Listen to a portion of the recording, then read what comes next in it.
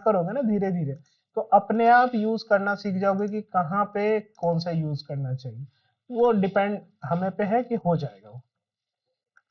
जैसे दो तीन प्रोग्राम देखोगे, प्रोग्राम स्टडी करोगे, तो अपने आप समझ में आएगा कि हमें कब करना चाहिए क्या और कब नहीं।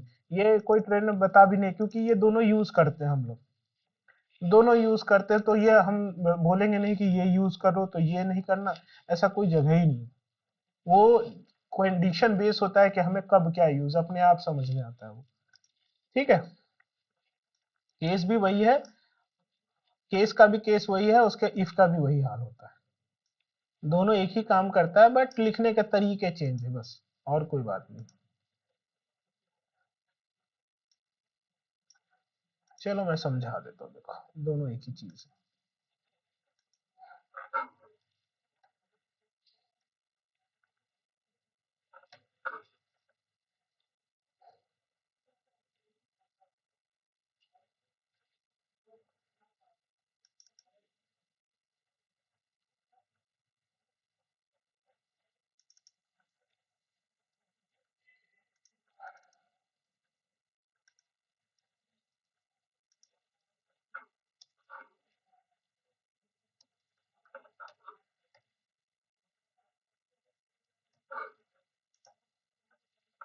जैसे ये था, ठीक है, मैं इसमें केस यूज करना चाहूंगा, तो हम क्या कर लेंगे,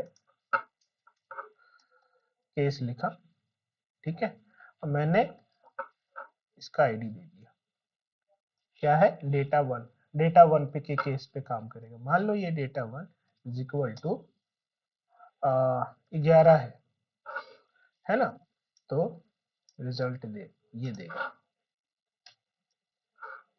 क्या देगा, प्लस का। अगर मेरा ये रिजल्ट 10 है, तो क्या देगा, माइनस का देगा। मैंने ये लिखा।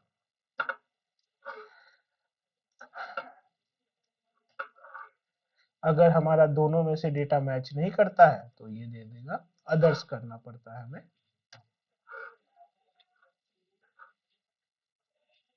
यस, अब यहाँ पर आप एक्टिव कर लो।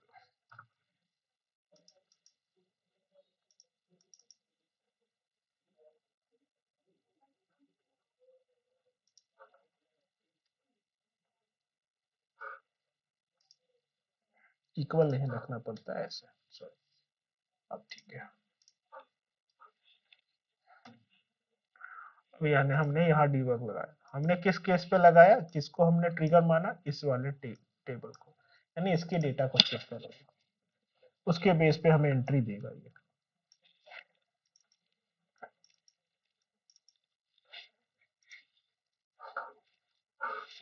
अभी हमारा केस इसका क्या है, 10, तो किस पे जाना चाहिए, ये फॉलो करेगा या नीचे वाला फॉलो करेगा, ये बताओ।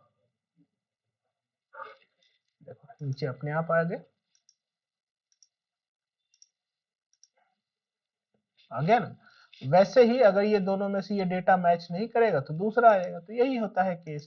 केस का ये कंडीशन होता है, मतलब ये परफेक्ट कंडीशन होता है। इफ क्या होता है, अनकंडीशनल होता है। आप उसको कोई भी कंडीशन दोगे चलेगा, पर यहाँ मेन कंडीशन देना ही पड़ता है, ये होना ही चाहिए, परफेक्ट फिक्स होना चाहिए, ऐसे पे काम करता है वो। सर नहीं आए क्या आज? चलो कोई नहीं। आज होता है इंटरनल टेबल की बात कर रहे हैं। इंटरनल टेबल क्या होता है, लास्ट टाइम हमने बताया था, पढ़े थे। क्या होता है बताओ, लास्ट टाइम में हमने बताया था, खुद से पढ़े थे कुछ।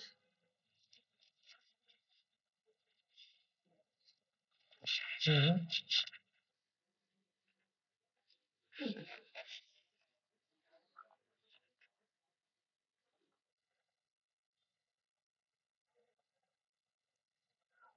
हम्म, ठीक है। हम्म, ठीक है। ओके, और वर्क एरिया।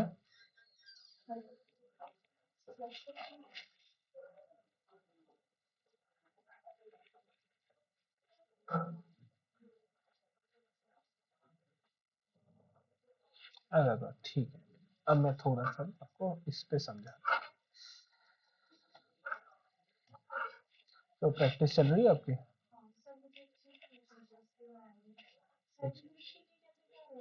उनसे बात करना पड़ेगा सर से। धीरज धीरज बताएंगे।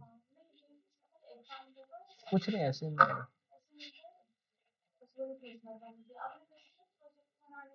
हाँ हाँ, तो बनाइए, प्रोजेक्ट बनाइए।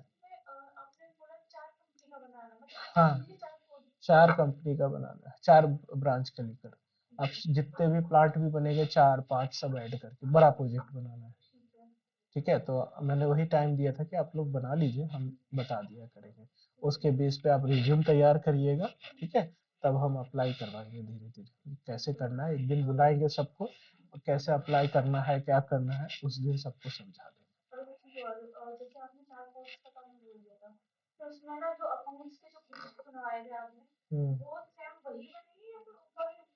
सब अलग, सब नया नया बनाना है आपको। ठीक है, कल को अगर आप इंटरव्यू में जाओ तो समझा सको कि ऐसे होता है, वैसे ऐसे करते हो, किया है हमने और इस तरह से हमने असाइन किया है, इस तरह से काम होता है, समझाना पड़ेगा। हाँ हाँ, बात करिए।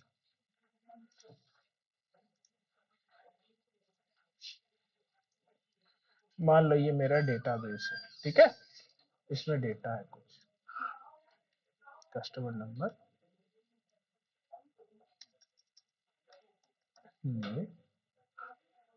मान लो ये है जैसे 1200,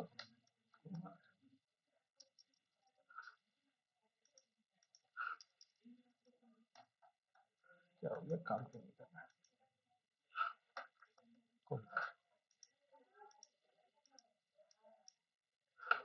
200,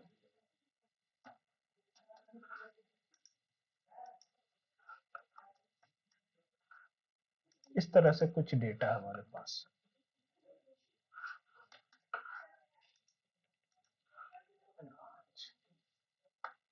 ठीक है, ये हमारा टेबल में डेटा है, और ये हमारा प्रोग्राम है। समझिए, थोड़ा ध्यान से समझिए।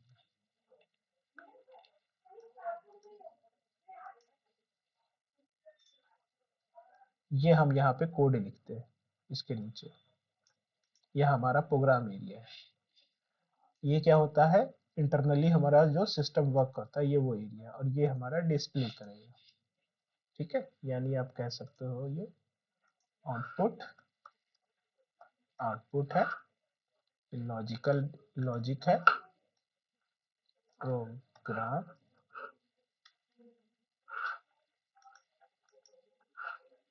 ये प्रोग्राम नोटपैड है, और ये हमारा जब इंटरनली वर्क होता है ना,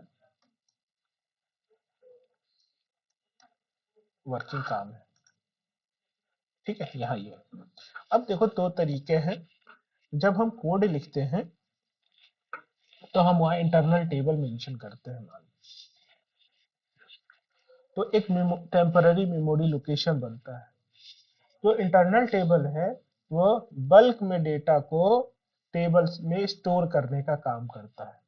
पहले तो ये समझो, यानी अगर मुझे डायरेक्ट टेबल से डेटा उठाकर लाना है तो क्या करना पड़ेगा, इंटरनल टेबल यूज किया हमने, राइट। तो क्या करेगा, ये पूरा का पूरा डेटा, ये क्या करेगा, पूरा का पूरा डेटा यहां से उठाएगा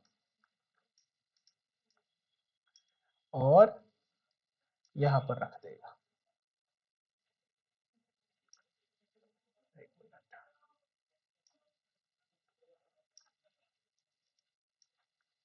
रख दिया, इंटरनल टेबल के बेस पे इस प्रोग्राम में डेटा आ गया यहाँ पर इंटरनल टेबल में।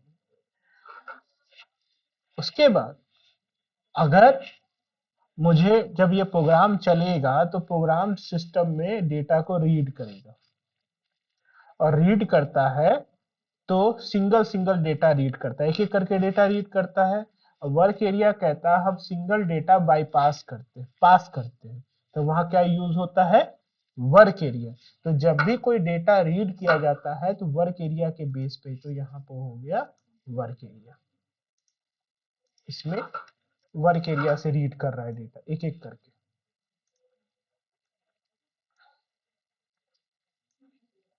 यहाँ से वर्क एरिया से यहाँ रीड किया और फिर आउटपुट में दिया, फिर दूसरा डेटा रीड करेगा,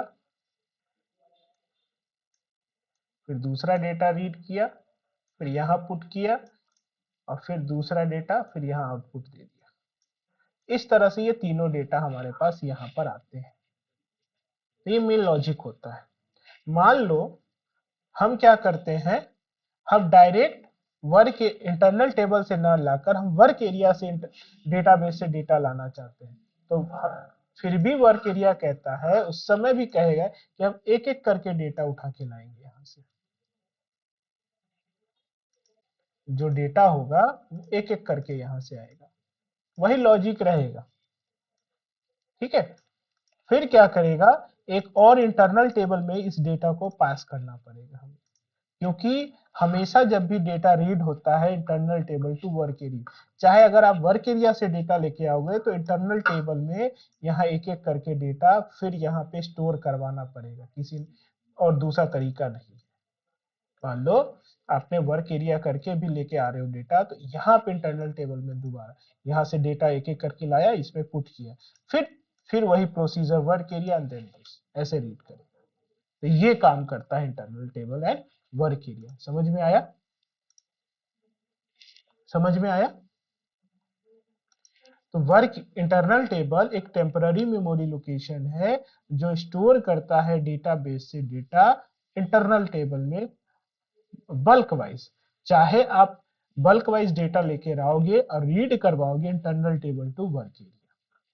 इसमें कोई इंटरनल टेबल में एक इशू है कि आप इसमें कोई ऑपरेशन नहीं कर सकते। ऑपरेशन का मतलब क्या होता है, यहाँ पर कुछ 16 ऑपरेशन है जो हम डन करते हैं। जैसे ये देखो ऑपरेशंस, यानी प्रोग्राम के अंदर अपेंड करना, इंसर्ट करना, शॉर्ट करना, लूप लगाना, मॉडिफाई, डिलीट, ऐसे काम। ये जो 16 ऑपरेशंस है हम डायरेक्ट इंटरनल टेबल के थ्रू नहीं कर सकते। किसकी हेल्प लेनी पड़ती है? वर्क एरिया के अंदर ही हम उसकी मदद से हम ये सारे ऑपरेशंस कर सकते हैं। अपेंड करने का मतलब भी हम समझाएंगे धीरे धीरे क्या होता है, पहले समझो वर्क एरिया इंटरनल टेबल। अब वर्क एरिया भी वही है चीज होता है, बस सिंगल डेटा बाई पास करता है, स्टोर करके कभी नहीं रखेगा। ये सिर्फ क्या करता है, पास करता है, डेटा लेगा फिर पास कर देगा, फिर दूसरा डेटा आएगा फिर पास करेगा। ठीक है, तो और जो भी ऑपरेशंस है इस वर्क एरिया के थ्रू ही हो पाते हैं। अब ये कहता है मेरा सिंटैक्स। तो सिंटैक्स में क्या होता है, दो तरह के इसके सिंटैक्स होते हैं। ठीक है, दो सिंटैक्स होंगे जो मेन यूज होते हैं। अभी हम पहले सिंटैक्स पे काम करेंगे, ठीक है, फिर दूसरा सिंटैक्स समझाएंगे। तो पहला सिंटैक्स कहता है कि ये जो पहले हम डेटा लिखते हैं फिर इंटरनल टेबल। देखो इंटरनल टेबल आईटी से काम बनेगा। जब भी इंटरनल टेबल बनाए जाते हैं तो डिनोट कैसे करते हैं, आईटी यूज करोगे, जीटी यूज करोगे जो ओवरऑल यूज होता है, और एलटी यूज। ये तीन तरह के हम सिंबल होते हैं जो हम पहचान में आते हैं कि ये इंटरनल टेबल है। ठीक है, तो उसमें कोई दिक्कत नहीं है। और जब वर्क एरिया के बारे में हम बात करते हैं, डब्ल्यू, एलएस और जीएस, इस तरह से सिंबल देते हैं। देखो देने को कुछ भी दे सकते हो, लेकिन प्रॉब्लम क्या है, दोगे तो सर्टिफिकेट के लिए बोल रही हूँ। सुबोध है वो आपका उधर वाला, वो विकासपुरी।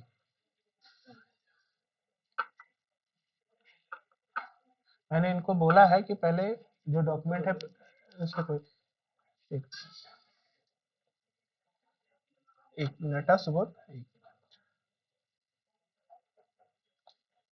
इनको बोला है कि पहले आपको अपना रिज्यूम बनाना पड़ेगा, हमने जो असाइनमेंट दिया है वो कंप्लीट करना पड़ेगा। हाँ? क्या ऐसे के लिए? अरे तो पहले जो असाइनमेंट है वो तो कंप्लीट करें, फिर हम उसको जॉब कैसे सर्च करना है बाकी हम बताएंगे ना। इन्होंने किस कंप्लीट ही नहीं किया अभी तक। अच्छा कंप्लीट ही नहीं हुआ है। अभी असाइनमेंट दिया है, कहाँ कंप्लीट करके फाइनल दिया है मुझे। सर्वर कहाँ से लेंगे? मुझे नहीं पता इसके बारे में, मुझे कोई आइडिया सर्वर तो नहीं। मुझे कब के एक्सपायर हो गए तो हैं। इन्होंने खरीदा होगा, किससे खरीदा है मुझे भी नहीं पता। मैंने पूछा सर्वर, तो मैंने ले लिया है। तो मैंने कहा यार मुझे नहीं पता है। अब मुझे नहीं पता, मुझे लगा आपसे लिया होगा। नहीं, मुझे आइडिया नहीं है, बिल्कुल आइडिया नहीं। कसम से, इसकी कसम अरे खाओ। कर भी लोगे तो मेरे को क्या कौन सा मेरे उसमें। ठीक है, तो ये तो समझ गए सैंपल क्यों, मैं बताता हूँ। मान इसकी जगह तुम कुछ भी यूज कर सकते हो, लेकिन प्रॉब्लम क्या है ना, देखो यूनिवर्सली जितने भी डेवलपर होते हैं ना, इनको यूज करते हो। कल को तुम अगर किसी कंपनी में जाओगे और पुराने प्रोग्राम में उसको चेंज करोगे या सपोर्ट दोगे, तो तुम्हें पहचान में आना चाहिए ना कि इंटरनल टेबल ये वर्क, क्योंकि सारे जो डेवलपर है ना, इन्हीं तीन चीजों को यूज करते हैं और इन्हीं वर्क एरिया को यूज करते हैं, क्योंकि ना दूसरे डेवलपर को भी अंडरस्टैंडिंग होना चाहिए, है ना। तो ये मान लो यूनिवर्सल है, लिखने को तो तुम केएल भी लिख दो, कोई फर्क नहीं पड़ेगा, यूज करेगा वो। ठीक है, तो लिखते कैसे है, जैसे आईटी इंटरनल टेबल लिखा। अब कोई भी, अब उसकी जगह कोई भी नाम दे दो, फील्ड दे दो, या फील्ड का नाम या टेबल का नाम, कुछ भी दो। उससे पर कोई ऑब्जेक्ट होता है, मान लो कि कस्टमर के इससे डेटा लेकर आ रहे हो, फिर टाइप स्टैंडर्ड। अगर मैं डायरेक्ट स्टैंडर्ड टेबल से डेटा उठा के ला रहा हूं, डायरेक्ट स्टैंडर्ड, और उसके बाद उस टेबल का नाम, इस तरह से मेन ये होता है। ये देखो करने को यहाँ पे ना हम और भी बताएंगे इसका भी यूज। ये जो नीचे दिख रहा है, ये इस तरह से भी लिखते हैं, लेकिन ये किस केस में लिखेंगे, जब हम स्ट्रक्चर बनाएंगे, जो हम बताएंगे आगे। फिलहाल मुझे स्टैंडर्ड डायरेक्ट डेटा कहां से लेकर लाना है, डेटाबेस से। तो हम नया प्रोग्राम बनाते हैं, ठीक है, समझना।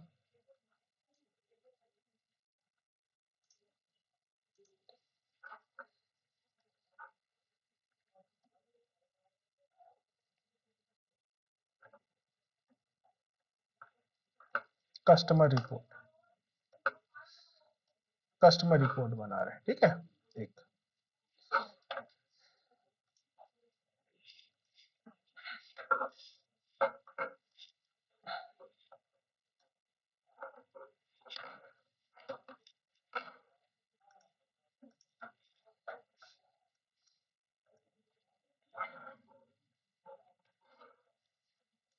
यहाँ डायरेक्ट हमने क्या लिखा, टेबल, इंटरनल टेबल। पहले मुझे डायरेक्ट डेटाबेस से इंटरनल टेबल के थ्रू आना है, एल टी अंडरस्कोर कौन टेबल से लेके आना, ये ऑब्जेक्ट, ये कुछ भी दोगे कोई फर्क नहीं पड़ेगा, ठीक है।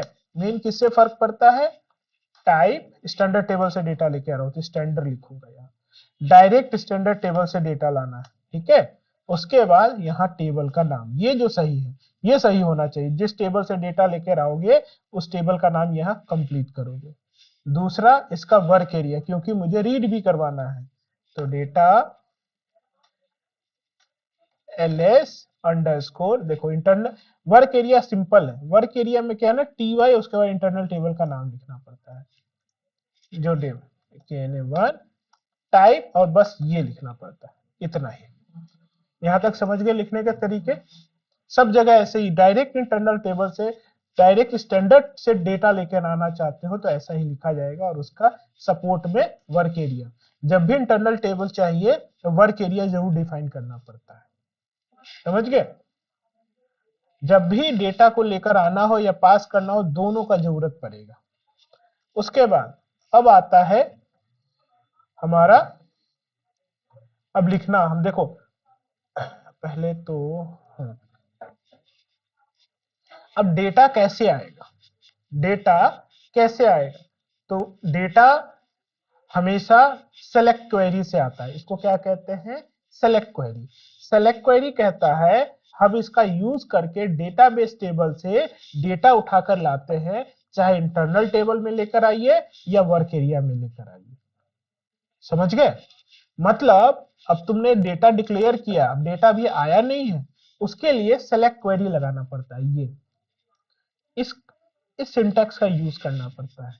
जैसे कि जैसे यहाँ पे डेटा देखते हो ना, यहाँ पे देखो ऐसी 16 में जब मुझे डेटा देखना होता है, तो यहाँ पे डेटा दे रहे हो ना, फील्ड है, और जब एग्जीक्यूट करते हो तो देखो यहाँ पे वही क्वेरी बन के आता है, देखो लिखा हुआ है सेलेक्ट क्वेरी।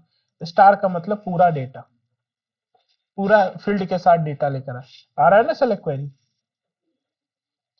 बिना सेलेक्ट क्वेरी के आप स्टैंडर्ड टेबल से डेटा लेकर नहीं आ सकते। तो सेलेक्ट क्वेरी कहता है सेलेक्ट, स्टार का मतलब पूरा फील्ड, जितने इसके पूरे फील्ड है वो, अदरवाइज जो जो फील्ड डिफाइन करोगे उसी फील्ड का डेटा आएगा। सपोज यहाँ पे ये मानो, अगर मैंने यहाँ पे ये कर दिया, देखो, अरे मान लो मैंने सबको डीसेलेक्ट करके मुझे इन्हीं का इसका ही डेटा चाहिए, बस इतने फील्ड का डेटा चाहिए, और मैंने एग्जीक्यूट किया, कितने फील्ड का डेटा दिख रहा है? सेलेक्ट क्वेरी में भी लिख रहा है ना, 3 ही 4 फील्ड होगा बस। हम जितने फील्ड का डेटा देखना चाहेंगे उतना फील्ड देना होगा, तभी ऐसा दिखेगा। इसका मतलब सेलेक्ट क्वेरी कहता है कि आप चाहे स्टार करके लगाओ तो पूरा डेटा आएगा, और फील्ड डिफाइन करोगे तो उसी फील्ड का डेटा आएगा, प्लस फ्रॉम टेबल, उस टेबल का नाम, इनटू इंटरनल टेबल और वर्क एरिया को डिफाइन करोगे। ये अभी रहने दो, ये हम समझाएंगे क्या होता है। ठीक है, अभी इतना ही। तो यहां लिखोगे सेलेक्ट, पहले पूरा डेटा लेकर आते हैं, स्टार नहीं, पूरा डेटा लाने के लिए फिर प्रिंट भी करना, हम कुछ ही फील्ड लेके आएंगे। कुन्नर, ये फील्ड है,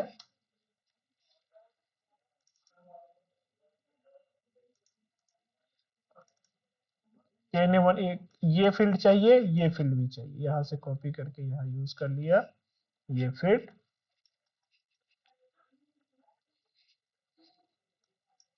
चलो स्टार से ही पूरा डेटा लेके आते हैं। पहले प्रिंट हम 2 ही 3 करवाएंगे। स्टार फ्रॉम, किस टेबल से डेटा लेके आ रहा है? KN1 into table, internal table से लेकर आएंगे तो इनटू टेबल लिखना पड़ता है। वर्क एरिया से लेकर आना पड़ता है तो सिर्फ इनटू लिखना पड़ता है, और यहाँ सिंगल का यूज करना पड़ता है क्योंकि एक एक करके लाना होता है, इसलिए यहाँ जब भी वर्क एरिया से लाओगे तो यहाँ सिंगल जरूर लगाना पड़ेगा। और सिर्फ इंटरनल टेबल से लेकर आओगे तो यहाँ पर इनटू टेबल, जो इंटरनल टेबल दिया LT अंडरस्कोर KN1, बस इतना। वेयर का मतलब ही समझा देता हूँ, चलो। वेयर का मतलब ये होता है, वेयर लगाने के बाद मान लो कि मैंने ये पूरा फील्ड है ना डेटा, देखो ध्यान से देखो, मेरा ये डेटा है, मैं इसी को अच्छा, वेयर में जिस फील्ड में जो डेटा हम बाईपास करते हैं, मान लो इसमें मैंने डेटा पास किया तो यही डेटा दिखा रहा है। और सिटी देखो लैंड है, मैंने ये कहा कि मैं सिर्फ इसमें एक डिफॉल्ट डेटा दे रहा हूं US, यानी ये US का ही डेटा देगा सिर्फ। तो वेयर के बाद जिस फील्ड को यूज कर रहे हो उस फील्ड में डिफॉल्ट वैल्यू देना होता है। ठीक है, वैल्यू, जो वैल्यू पास कराएंगे उसी का डेटा देगा।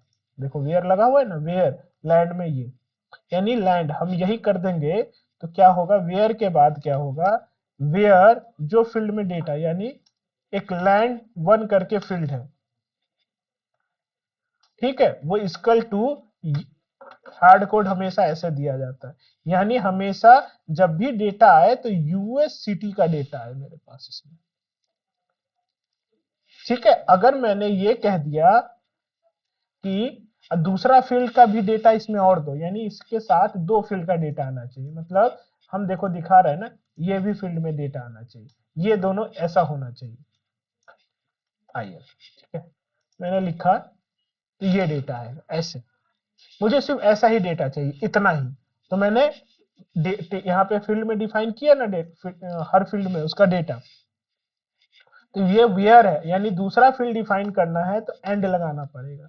और कुन्नर, कुन्नर में मैंने ये कह दिया कि मेरा ये डेटा हो, ये IN है, इसमें डेटा मिलेगा नहीं क्योंकि IN का डेटा है, इंडिया का डेटा है। देखो वेयर के बाद जो फील्ड पास करोगे उसमें जो डेटा पास करोगे उसी के अकॉर्डिंग इंटरनल टेबल में डेटा बेस से, यानी यही डेटा आएगा। देखना, जो मैंने यही दोनों में डेटा पास किया ना, देखना यही सिर्फ डेटा आएगा। अब अब कहोगे सर इसको प्रिंट करवाना होगा, उससे पहले एक ऑपरेशन है, देखो इस केस में क्या होता है, जब भी ऐसे यूज करते हो इंटरनल टेबल वर्क एरिया, तो डेटा हमें तभी मिलता है जब हम लूप लगाते हैं।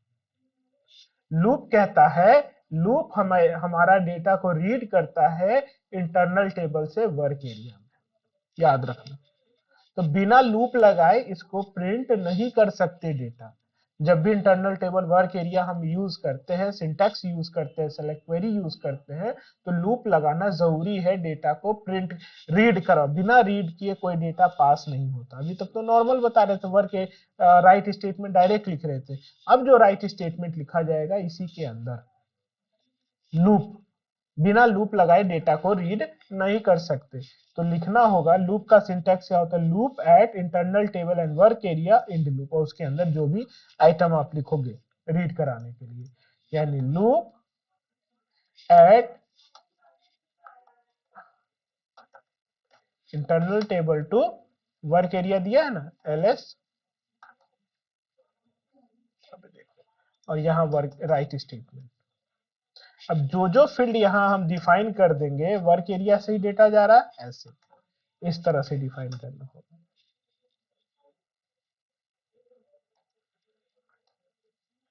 मैं जो जो फील्ड डिफाइन करूंगा वही डेटा प्रिंट होगा। मैं चाहता हूं यहां पर ये जो दिख रहा है ना, इसमें सिर्फ यही फील्ड दिखे, ऐसे इसके अकॉर्डिंग इतना ही फील्ड आना चाहिए मुझे, राइट। ठीक है, तो इसके अकॉर्डिंग हमने लिखा, कुन्नर कुन्नर यूज किया, दूसरा ऐसे पास करेगा, लैंड वन यूज किया, और नेम वन यूज किया। बस सिंटैक्स को चेक करो, एडिटिव कर दो। कहाँ एरर आ रहा है,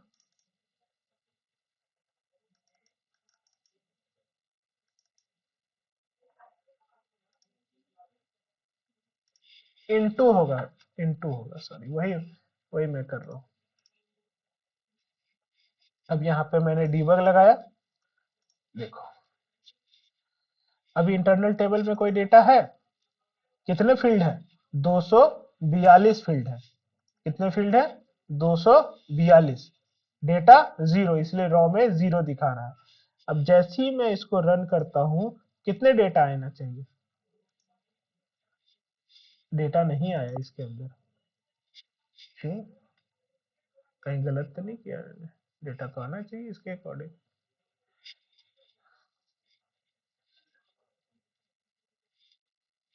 इसलिए नहीं आया हो, इसका मैं डेटा चेक कर लिया। ओके, ये कन्वर्जन आगे जीरो भी लगाना पड़ेगा, ये भी चाहिए। ये डेटा है इसका एक्चुअल, ये डेटा नहीं होगा कन्वर्जन, ये हमेशा कितना वर्ड का है देखो। इसलिए मैं कह रहा हूं कन्वर्जन के बारे में।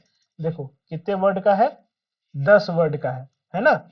हम डेटा कितना दे रहे हैं, 1 2 3 4 5 6 वर्ड, तो 4 वर्ड हमें एक्स्ट्रा लगाना पड़ता है। तो यहाँ से हमें दिखता है ये हमारा एक्चुअल जो डेटा का वैल्यू, तो ये उठाओ यहाँ से, उसके बाद अपने प्रोग्राम में फिट करना पड़ेगा। यहाँ पर ऐसे देगा, अब देगा डेटा। फिलहाल चेक करते हैं डेटा, अभी नहीं है, और जैसे ही प्रोग्राम चला मेरे पास एक डेटा आया। सबका डेटा आएगा अभी, पर मैंने प्रिंट 3 ही का करवा रहा हूँ। अब देखो लूप में है, अब देखो जैसे ही चलाऊंगा, जैसे ही पहला लूप चला, एक ही डेटा है ना, देखो इसमें डेटा आया ना, तीनों सारा डेटा है। पर मैं रीड कितने को करवा रहा हूँ, 3 3 ही डेटा आएगा। जितना लूप, यानी इंटरनल टेबल में जितना डेटा होगा, लूप उतनी बार घूमेगा। अगर एक डेटा तो एक ही बार ये लूप काम करेगा। देखो एक बार में गया और सीधा ऊपर आ जाएगा और सीधा रिजल्ट हमें देगा। देखो पार आ गया, क्योंकि एक ही डेटा था, यही डेटा दिया ना। अब तुम डेटा मैच करो, कुछ गलत है नहीं ना। अभी देखो मैं यहां से ये डेटा हटा दूंगा, और मुझे देखना चाहिए कितना डेटा, 1 मिनट। यानी मैं ये डेटा नहीं पास कराना चाहता, मैं इतना ही, यानी सिर्फ आईएन का डेटा आएगा। हम रिकॉर्ड चेक करेंगे, अब देखना रिकॉर्ड मिलाएंगे कितने डेटा है 34। अब हम 34 डेटा यहाँ मैच करा के देखेंगे क्या मेरे क्वेरी के अकॉर्डिंग सही डेटा आ रहा है डेटाबेस से। जैसे ही मैं चलाता हूँ 34 डेटा दिख रहा है ना। अब 34 टाइम ये चलेगा, देखो रीड करेगा 34, एक एक डेटा रीड करेगा। देखो दूसरा डेटा आया, तीसरा डेटा आया, ऐसी रीड करेगा। फाइनल कर दोगे, देखो आया ना 34 डेटा। तो वेयर कंडीशन और सेलेक्ट क्वेरी मुझे हाई होप समझ में आया होगा। तो अभी आपका काम पहले इसको बनाना, ठीक है। पहले इसकी प्रैक्टिस करो, तब आगे समझाएंगे कब ट्यूसडे को लेंगे क्लास, ठीक है। ओके।